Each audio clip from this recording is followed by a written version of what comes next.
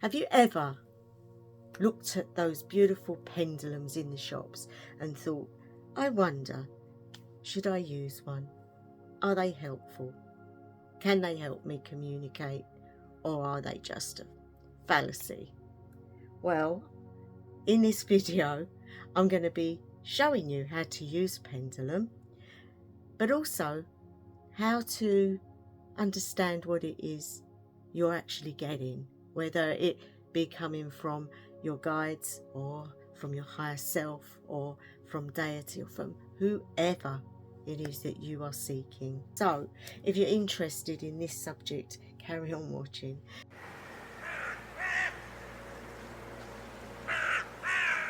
Now I'm going to show you, I have two crystals here and I have a board. You can buy them.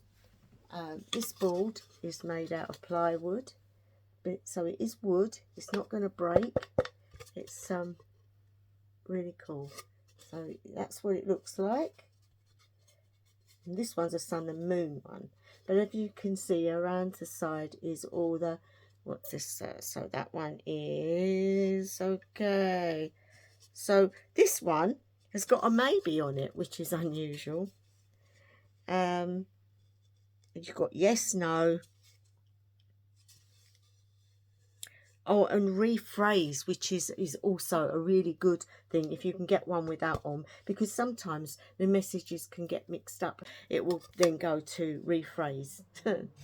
So what you've also got to remember is that with these lovely things, always make sure it is an actual crystal and that you haven't been done, because you need that energy. So when you get your pendulum, make sure you cleanse it and put in your intent into what you want it to do. So for example, you might want it to just help you with yes no answers, or you might want it to help with healings. You can go over somebody's body with it and it will tell you where their issues are if you're doing Reiki healing or any other sort of healing. Then you know, I've got two here, so that's a moonstone one, which is nice. It's called a rainbow moonstone, and it's got some meteorite in it as well. So I like that the energy of that's really nice. But this one is a pink quartz, and it's for love, it's for hope and joy and peace and anything that you would have in your heart. And so it also has the other chakra thing, so you can get them in so many shapes and so many styles. The one that you're drawn to is the one that you should go for, and you don't always have to actually touch them. For some reason they make themselves like known to you.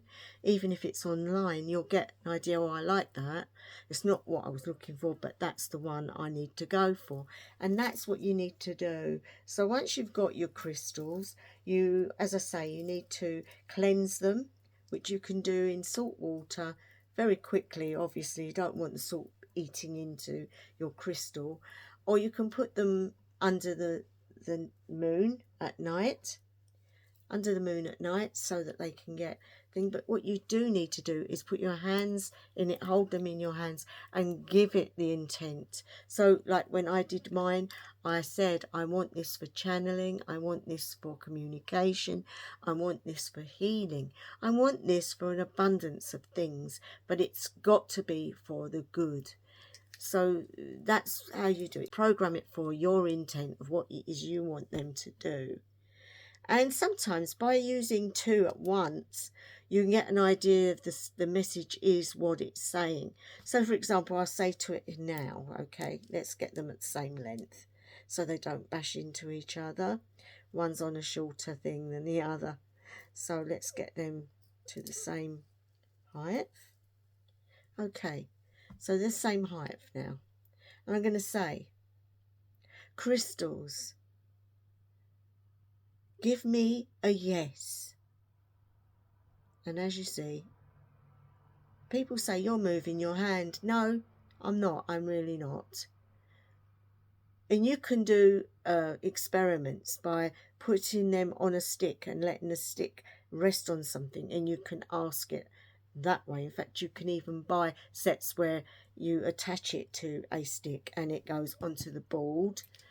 So that's pretty good. So if I say to it now, give me a no, and it will go round. And if they are working together, they will both do the same movement. And as you can see, one is saying to the other one, come on, keep up. So one is a little bit more sluggish than the other. Always say thank you afterwards. And normally it will stop. So like if I just take one so they don't keep bashing into each other. If I say to this, okay, give me a yes. And then you say thank you. And say, and sometimes it will be like stagnant like that, but it will be like shaky. So you say, give me a no. And there it goes. And that. So when you're not using the board, guys, you normally, it's being funny now. Yes, when I'm not using the board. When you're not using the board. So for example, I'll say to it, what would a no be if it was being used with the board, please? There you go. It's saying no. But, okay, what would it be? What would a no be if it was just on my hand?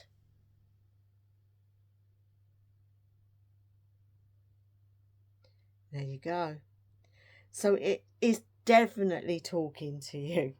So you can do that on all your crystals, just making sure they're all in alignment. They've all been like blessed by the moon, and you've cleansed them, and you've programmed them, and they're yours.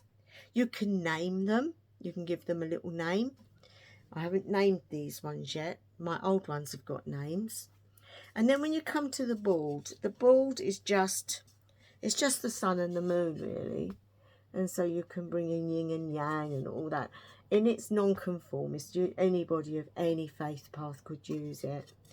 And so I like it because it's just, with my eyesight, it's just easy. You get some that are for like people that do astrology, and they're very, very, very interesting, but I would think very hard for somebody that doesn't do astrology to be able to use. They've got all sorts. They've got pentagram ones. They've got runic ones.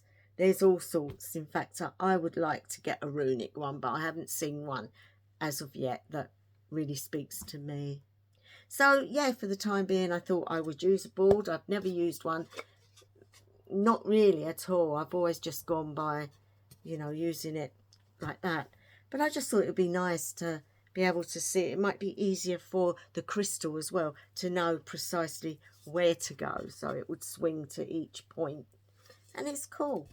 So how do you use it? You say, well, you just you need to get yourself in a relaxed state of mind, and you need to take away any control. So when I'm doing it, I normally think of just a fog, a white fog, just as if you was walking through a fog. And so if your mind is doing that, you ask a question, you think of fog, and you hold it, and it will do its thing. That way you're not pushing it to where you want it to go. Your mind isn't controlling it. And who is it, you might ask, that is actually talking to you? Well, you can stipulate who you want it to come from.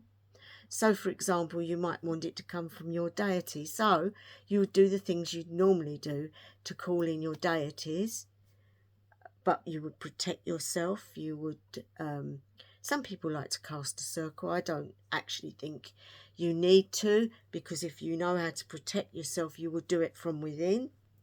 You need to sometimes open your chakras if it's something very important. Say, for example, you're channeling an energy. Then you would need to be protected, grounded. You'd need to be open. And then you ask your questions. It's also good to have a notepad.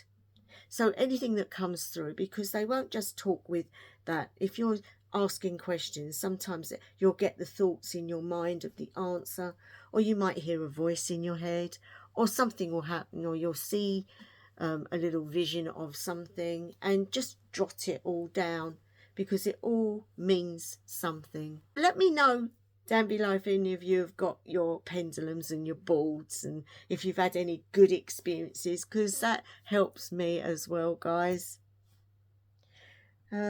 Looking at my crystals here, they are very lovely. They really do hold energies, and you can really feel those energies. And if you've never tried to do it, guys, I would really say give it a go, because just channeling or just healing. Now, when it comes to healing, you hold it over the person's body. So you would get them to lay down, a bit like when you do Reiki. You stand at the bottom of their feet, like again with Reiki. You're not using your hands, you're using your crystals instead. Now, there are many ways you can do this. You can use a crystal to find out where the sickness is. So you would either hold the crystal like that and run it over the aura of the body until it comes to a standstill. You will feel it. It will be like somebody's gone, whoa, stop. And so you would stop. It would then feel like it was vibrating.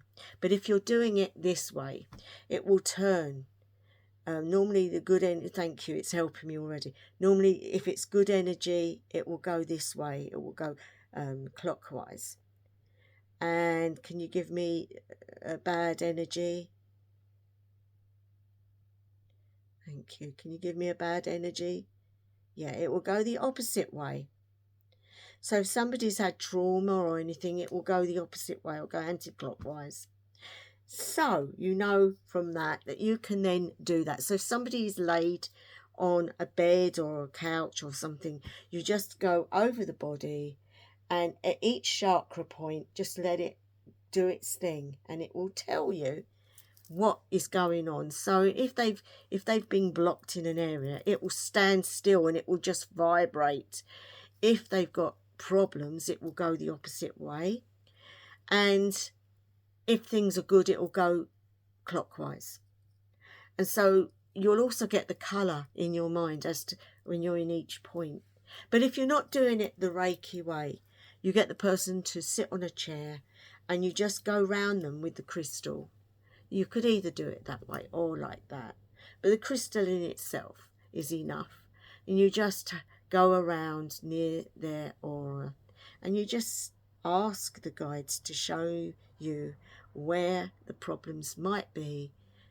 And you just make sure you go around the whole body. Now, when you find out an area where there is a problem, that's the time when you need to start talking to your crystal, to the guide that's helping you. And the healing that needs to be done. And that will be between you and your guide. They will speak to you in your mind, but the crystal will help. It's a bit like holding a wand. So it will amplify any healing that you're giving. So by holding that near the person, on the area, say for example I had an issue with my ear, you would hold it around the aura of the ear. You would ask the guides to come through and help. And that will then make it a lot more amplified, and they will get healing in the ear.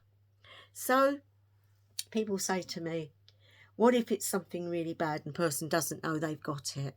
Well, like with anything, when you're channeling or you're healing or you're giving messages, you have to be diplomatic. You have to sometimes hold back on things, but suggest something. For example, if somebody came to me, they didn't know they had a cancer, but I saw it and I felt it, I wouldn't say, oh, you've got a cancer there. I would say, oh, have you thought about having a checkup, like to verify what I'm doing? And then they don't worry. Then they can't blame you if there's a problem.